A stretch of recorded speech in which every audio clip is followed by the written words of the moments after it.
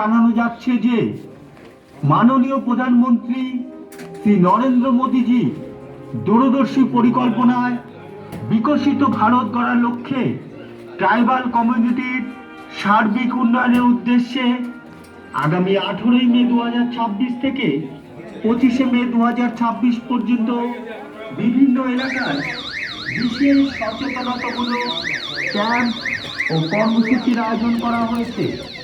এই কর্মসূচির মাধ্যমে বিভিন্ন সরকারি দপ্তরের জনকল্যাণমূলক প্রকল্প, সরকারি সুবিধা, আবেদন পদ্ধতি ও পরিষেবা সম্পর্কে সাধারণ মানুষকে বিস্তারিতভাবে জানানো হবে।